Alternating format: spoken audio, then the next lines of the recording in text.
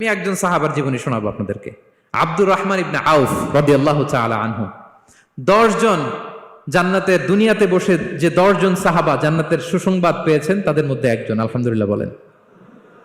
আব্দুর রহমান ইবনে আউফ রাদিয়াল্লাহু তাআলা আনহু প্রথম 8 জন মক্কায় যারা কালিমা পড়ে মুসলমান হয়েছে তাদের একজন।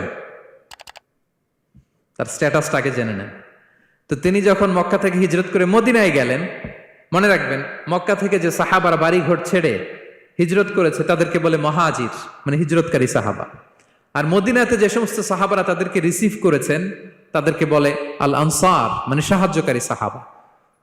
তো যারাই হিজরত করে মক্কা থেকে মদিনায় যেত, বিষ্ণু ইসা ইসলাম মদিনার কোন সাহাবীর সাথে তার ভাই পাতিয়ে দিতেন, আল মুআখাত, ব্রাদারহুড করে দিতেন, দায়িত্ব দিতেন যে তুমি এই সাহাবীকে দেখবে। তো আব্দুর রহমান ইবনে আউফ রাদিয়াল্লাহু তাআলা আনহু যখন হিজরত করে গেলেন, তার দেখভাল করার জন্য যে সাহাবীর দায়িত্ব পড়ল তার নাম হচ্ছে সাআদ ইবনে রাবিয়া, আনসারী সাহাবী রাদিয়াল্লাহু তাআলা আনহু। বিষ্ণু বললেন, সাআদ, আব্দুর রহমান ইবনে আউফ তোমার ভাই, ভাই বানিয়ে দিলেন। কি বানিয়ে দিলেন? তুমি তাকে টেক কেয়ার করবে, সে হবে তোমার মেহমান। সুবহানাল্লাহ।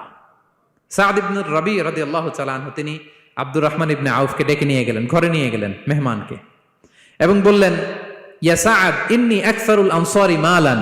হে সাআদ, তুমি চিন্তা করো না, তুমি মনে করো না যে তোমার ভরণ পোষণ দিতে আমার কষ্ট হবে। আমি মদিনার সবচাইতে বড় বিজনেস ম্যাগনেট, সবচাইতে বড় বিজনেস ম্যাগনেট আমি। No tension, don't worry about it. Tension নিও না, আসো, তোমার জন্য আমার কি প্রপোজাল শোনো। ফাআকসিমু লাকা নিসফা মালি, আমার যত সম্পদ আছে আমি অর্ধেক তোমার দিয়ে দিব। সুবহানাল্লাহ। এত আসতে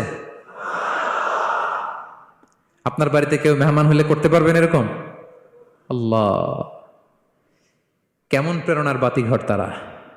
ফাআকসিমু নিসফা মালি, হে আব্দুর রহমান ইবনে আউফ, আমার অর্ধেক সম্পদ তোমারে দিয়ে দিব। এখানেই শেষ না, এরপর বলতে লাগলেন, আমার অনেকগুলো স্ত্রী আছে, তুমি কোথায় যে মেয়ে খুঁজবা, প্রস্তাব দিবা, এত ঝামেলার দরকার নাই। আমার কোন স্ত্রীকে তোমার ভালো লাগে বলো,